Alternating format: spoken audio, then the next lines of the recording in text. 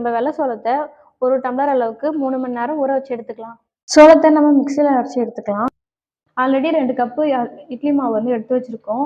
நீங்கள் வந்து 1 டம்ளர் அரிசி 1/2 டம்ளர் உளுந்து அரைச்சி கூட நீங்கள் யூஸ் பண்ணிக்கலாம். தேவையான அளவு உப்பு போட்டுக்கலாம்.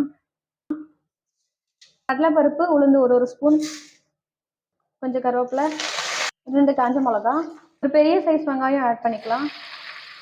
வெங்காயம் நல்லா வதங்கிடுச்சு. இந்த அளவுக்கு வதங்கினா போதும். தூவி வச்சிருக்க ஒரு பெரிய சைஸ் கேரட்டை ஆட் பண்ணிக்கலாம். கேரட் நல்லா வெந்துருச்சு. இது கூட கொத்தமல்லி ஆட் பண்ணி ஸ்டவ் ஆஃப் பண்ணிக்கலாம். தாளிப்பு ரெடி. மாவோட ஆட் பண்ணிக்கலாம். நல்லா கலந்து வச்சுக்கலாம். ஊற்றியாச்சு. நல்லா சிம்மில் வேக விட்டு எடுத்துக்கலாம். திரும்ப நல்லா பரட்டி போட்டுக்கலாம். நல்லா வேகணும். சோள கார குழி பணியாரம் ரொம்ப அருமையாக வந்திருக்கு. நீங்களும் ட்ரை பண்ணி பாருங்கள்.